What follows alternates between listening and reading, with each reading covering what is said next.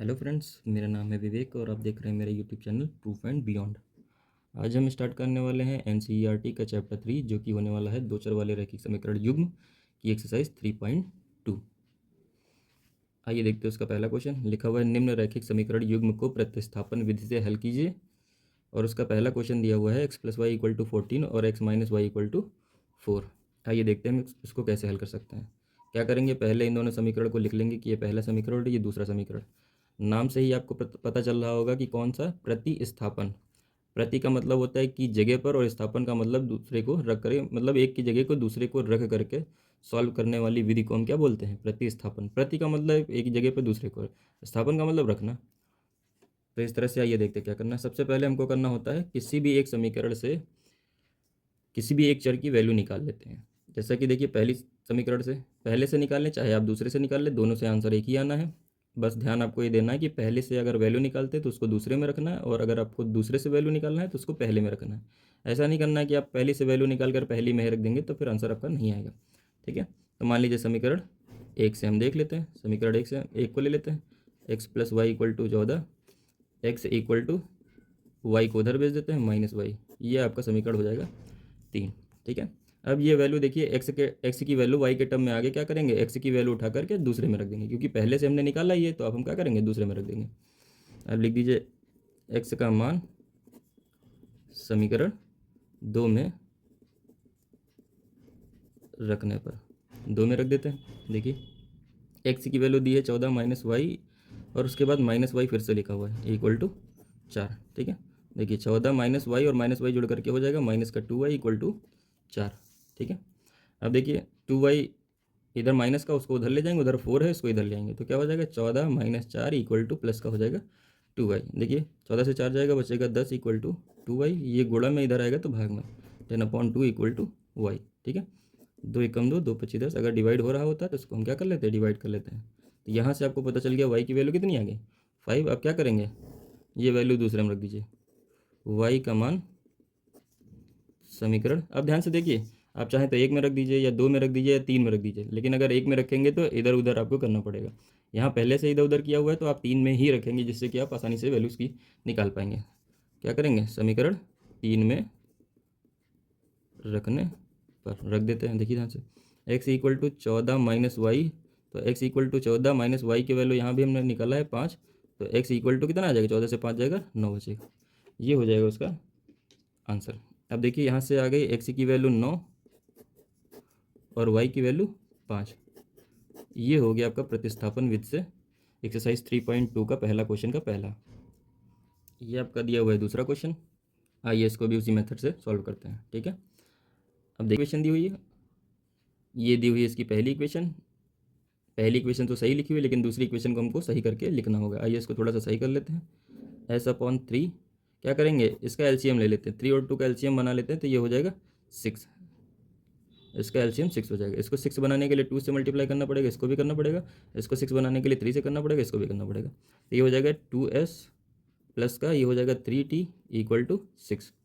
अब आगे देखिए, इसको उधर भेज देंगे, ये भाग में उधर जाएगा गुणा में, तो हो जाएगा 2s प्लस का 3t = 6 को 6 से गुणा करेंगे हो जाएगा 36। ये हो गई आपकी दूसरी इक्वेशन।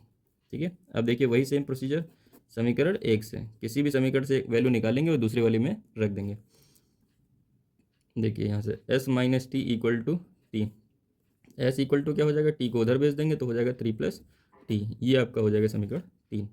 ठीक है, अब क्या करेंगे, s का मान समीकरण, देखिए पहले से आपने निकाला ही था तो दूसरे में आपको रखना पड़ेगा इस वाली इक्वेशन में, समीकरण 2 में रखने पर।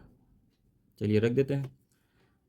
कितना दिया हुआ है, 2s की वैल्यू है 3 + t प्लस का 3t पहले से ही = 36। ये देखिए इसको गुणा करेंगे, 3 × 2 हो जाएगा 6, प्लस ये हो जाएगा 2t प्लस का 3t = 36। ठीक है, इसको देखिए 6 + 3 + 2 5t = 36। 6 उधर भेज देंगे क्योंकि हमको t की वैल्यू निकालनी है, 6 उधर भेजना पड़ेगा, तो ये हो जाएगा 5t = 36 - 6। 5t = हो जाएगा 36 से 6 जाएगा, बचेगा 30, और t ये गुणा में उधर जाएगा तो भाग में 30/5, 5 × 5 6 बार में, तो t की वैल्यू यहाँ से आ जाएगी 6। तो यहाँ से टी का मान निकल गया। अब क्या करेंगे, टी का मान किस में रख देंगे, समीकरण 3 में। अब रखिए, आप चाहें तो किसी में भी वैल्यू रख सकते हैं, लेकिन 3 से आसानी से निकल जाएगा। S equal to 3 plus t की वैल्यू आ गई 6, तो एस इक्वल टू यहाँ से 6 + 3 हो जाएगा 9। अब देखिए आपकी वैल्यू निकल के आई हैं, एस इक्वल टू 9 और टी इक्वल टू 6। ये हो गया आपका दूसरे क्वेश्चन का आंसर। ये दिया हुआ है इसका तीसरा क्वेश्चन, 3x - y = 3 और 9x - 3y = 9।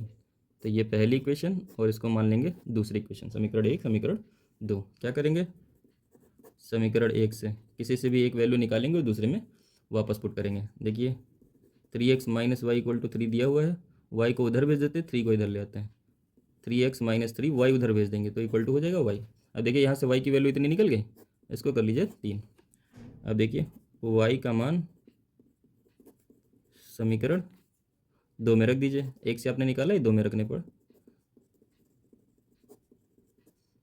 अब देखिए 2 में रख देते हैं, 9x - 3 y की वैल्यू कितनी है, 3x - 3 = 9। ठीक है, आगे देखते हैं। देखिए 9x माइनस, इसको गुणा कर लीजिए, 3 को 3 से गुणा करेंगे 9x हो जाएगा, माइनस माइनस हो जाता है प्लस, 3 को 3 से करेंगे ये भी 9 हो जाएगा, इक्वल टू 9।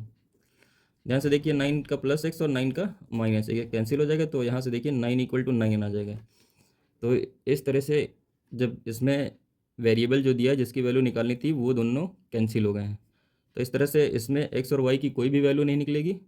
तो इसको हम सिंपली ऐसे ही लिख देंगे कि अतः x तथा y का मान निकालना संभव नहीं। ठीक है, तो ऐसे ही आप लिख देंगे। तो ये हो गया आपका तीसरा क्वेश्चन। ये दिया हुआ है इसका चौथा क्वेश्चन, आइए इसको भी सॉल्व करते हैं। ये आपका हो जाएगा पहला इक्वेशन, ये हो गई आपकी दूसरी इक्वेशन। क्या करेंगे, वही सेम प्रोसीजर, समीकरण 1 से किसी एक समीकरण से वैल्यू निकालेंगे, दूसरे समीकरण में जाके उसकी वैल्यू पुट करेंगे। अब यहाँ से देखिए मान लीजिए x की वैल्यू निकालना 0.2, x इक्वल टू वहाँ 1.3 माइनस इधर प्लस उधर जाके माइनस 0.3 y। ठीक है, अब देखिए x equal to 1.3 minus 0.3 y upon 0.2। अब यहाँ देखिए, अब ये वैल्यू 2 में रख दीजिए, x का मान समीकरण 2 में रखने पर 0.4x प्लस का 0.5 y = 2.3 दिया हुआ है, इसमें वैल्यू पुट करते हैं। देखिए x की वैल्यू क्या है 0.4, x की वैल्यू है 1.3 माइनस 0.3 y अपॉन 0.2 प्लस ये लिखा होता है 0.5 y = 2.3। ठीक है, आगे देखते हैं। ये देखिए एक डेसिमल से डेसिमल कैंसिल हो जाएगा, 2 1 कम 2, 2 दूनी 4 हो जाएगा। अब इसको गुणा कर लेते हैं, 1.3 को 2 से गुणा करेंगे हो जाएगा 2.6 माइनस इसको गुणा करेंगे 3 दूनी हो जाएगा 6, एक के बाद डेसिमल लगा था लगा दिया, y प्लस का 0.5 y = 2.3। देखिए 2.6 इसमें से इसको माइनस कर लेंगे, बचेगा 0.1 y = 2.3। आगे देखते हैं, y की वैल्यू निकालनी है, ये प्लस में होना चाहिए, इसको उधर भेज देते हैं, उसको इधर ले आते हैं, तो ये हो जाएगा 2.6 माइनस उधर प्लस का है तो इधर आके माइनस हो जाएगा, इक्वल टू ये माइनस उधर जाके प्लस हो जाएगा। यहाँ देखिए इसमें से माइनस करेंगे तो आएगा 0.3 = 0.1 y, ये गुणा में इधर आएगा भाग में हो जाएगा, तो 0.3 अपॉन 0.1 = y, ये इससे कैंसिल हो जाएगा, तो y = आ जाएगा आपका 3। यहाँ से y की वैल्यू निकल गई। अब क्या करेंगे, ये वैल्यू उठाकर 3 में रख देंगे।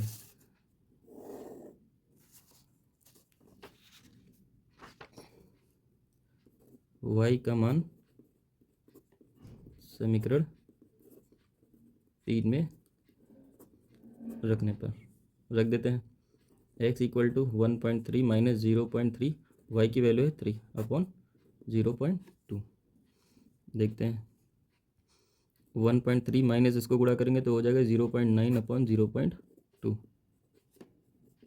इसमें से इसको माइनस कर देंगे तो बचेगा 0.4 अपॉन 0.2। ये डेसिमल से डेसिमल कैंसिल, 2 1 2, 2 दूनी 4, तो यहाँ से x का वैल्यू आ जाएगा 2। ठीक है, तो इस तरीके से आपके क्वेश्चन का आंसर निकल जाएगा। चौथे क्वेश्चन का आंसर हो जाएगा x की वैल्यू हो जाएगी 2 और y की वैल्यू हो जाएगी 3। ये हो गया आपका आंसर। आइए देखते हैं इसका पांचवा क्वेश्चन।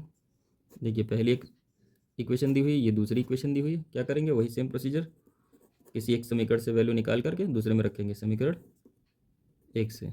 देखिए √2x प्लस का √3y=0, इसको उधर भेज दीजिए। √2x इक्वल टू हो जाएगा माइनस का √3y, ये गुणा में उधर जाएगा तो भाग में हो जाएगा माइनस का √3/√2y। क्या करेंगे, इसको तीसरा समीकरण ले लीजिए। अब ये x का मान क्या करेंगे, x का मान एक से आपने निकाला था, दो में रख दीजिए। समीकरण दो में रखने पर रख देते हैं इसको। √3 x की वैल्यू है माइनस का √3/√2y माइनस √8y=0। इसको गुणा करिए, इसको गुणा करेंगे हो जाएगा 3, वो भी माइनस लगा तो माइनस लगाया अपॉन √2y माइनस √8y=0। अब देखिए इसको सॉल्व करते हैं। यहाँ से दोनों से y कॉमन हो जाएगा तो y कॉमन कर देंगे, बचेगा -3/√2 माइनस √8=0। इन दोनों को थोड़ा सा सॉल्व कर लेंगे। y अब देखिए इसके ये y के पूरा ये गुणा में है, तो गुणा में उधर जाएगा तो भाग में हो जाएगा, तो यहाँ से y की वैल्यू क्या आ जाएगी। अब 0 को अगर हम किसी भी नंबर से भाग करते तो क्या हो जाता है, 0। यहाँ आप सिंपली लिख सकते हैं इसको सॉल्व किए बिना ही, क्योंकि ये देखिए y के गुणा में है पूरा का पूरा। ये जब गुणा में है उधर जाएगा भाग में, यहाँ पर कोई भी नंबर हो सकता है, लेकिन इधर गुणा में उधर जाएगा भाग में हो जाएगा, तो 0 के अगर भाग में कुछ भी जाएगा तो वो सब क्या हो जाएगा, 0 हो जाएगा। तो आप यहीं सिंपली लिख दीजिए। तो अब देखिए y की वैल्यू 0 अगर आ गई है तो क्या करेंगे, y का मान समीकरण 3 में आप रख दीजिए। 3 में अगर रखेंगे तो देखिए ये देखिए आपका 3 समीकरण दिया हुआ है। x इक्वल टू माइनस का √3/√2 इंटू वाई की वैल्यू है 0, तो x की वैल्यू भी क्या हो जाएगी, 0। तो यहाँ से आपका x इक्वल टू 0 आ जाएगा और y इक्वल टू भी क्या आ जाएगा आपका 0। ये आपका पांचवा क्वेश्चन यहीं समाप्त होता है। ये दिया हुआ पहले क्वेश्चन का छठा question, 3x/2 minus 5y/2 equal to -2, और दूसरा है x/3 plus y/2 equal to 13/6। इसको थोड़ा सा सही कर लेते हैं, वही सेम प्रोसीजर फॉलो करेंगे। क्या करेंगे, एलसीएम ले लेंगे। दोनों के नीचे, एक के नीचे 2 हो और दूसरे के नीचे 3 दिया हुआ है, ठीक है। तो इन दोनों का एलसीएम हो जाएगा 6। अब देखिए इसको 6 बनाने के लिए 3 से, इसको 3 से गुणा करना पड़ेगा, इसको 2 से, इसको 2 से करना पड़ेगा।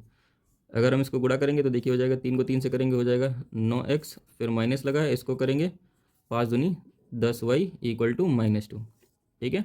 अब ये भाग में इधर जाएगा गुणा में, तो ये हो जाएगा 9x minus 10y equal to 6 को 2 से करेंगे हो जाएगा -12। ये हो जाए आपकी पहली इक्वेशन। अब इसको भी थोड़ा सही कर लेते हैं, दोनों का एलसीएम आएगा वही 6। क्या करेंगे, इसको 6 बनाने के लिए 2 से, इसको 6 बनाने के लिए 3 से करना पड़ेगा हमको, तो हो जाएगा 2x प्लस का 3y इक्वल टू ये हो जाएगा 13/6।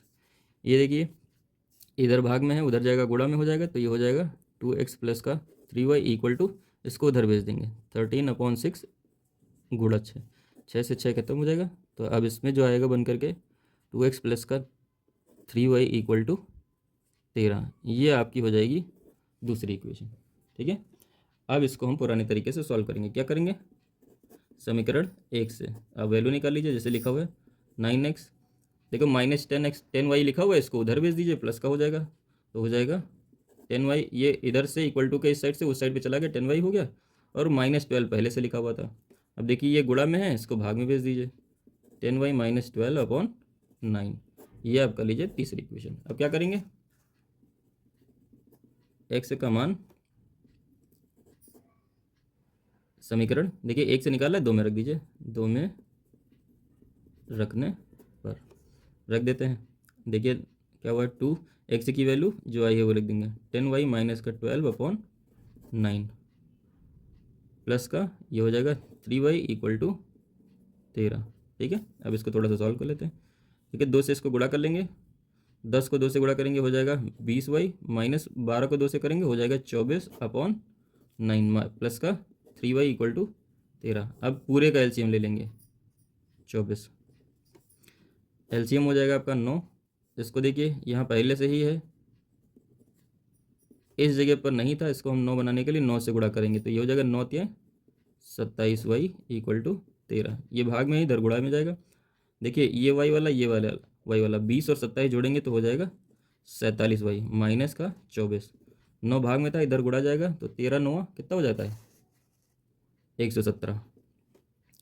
अब देखिए यहाँ से 24 को उधर भेज देंगे तो 47y इक्वल टू हो जाएगा 117, 24 उधर जाएगा प्लस का 24, देखिए क्या हो जाएगा 47y इक्वल टू 1 7 4 11 हो जाएगा, 2 1 3 1 4 हो जाएगा और ये 1 हो जाएगा। अब देखिए इसको अगर हम y की वैल्यू निकालना चाहें यहाँ से तो y इक्वल टू 47 इधर गुणा में उधर भाग में जाएगा तो 141 अपॉन 47, इसको भाग करेंगे तो 47 एकम 47, 47 यहाँ हो जाएगा तो y की वैल्यू यहाँ से आ जाएगी 3। अब क्या करेंगे, y का मान समीकरण 3 में रख दीजिए। अब अगर 3 में रखेंगे तो देखिए क्या हो जाएगा 10, y की वैल्यू है 3 माइनस 12 अपॉन 9, तो x इक्वल टू 10 गुणा 3 हो जाएगा 30 minus 12 upon 9, x equal to 30 से 12 जाएगा हो जाएगा 18, 9 9 एकम 9 9 दूनी 18, तो यहाँ से आ जाएगा x इक्वल टू 2। यहाँ से आपकी दो वैल्यू आ गई हैं, x इक्वल टू 2 और दूसरा y इक्वल टू 3। ये हो गया इसका आंसर। उम्मीद है आपको ये क्वेश्चन समझ में आए होंगे। इससे रिलेटेड अगर कुछ डाउट है तो आप हमारे कमेंट सेक्शन में पूछ सकते हैं। धन्यवाद।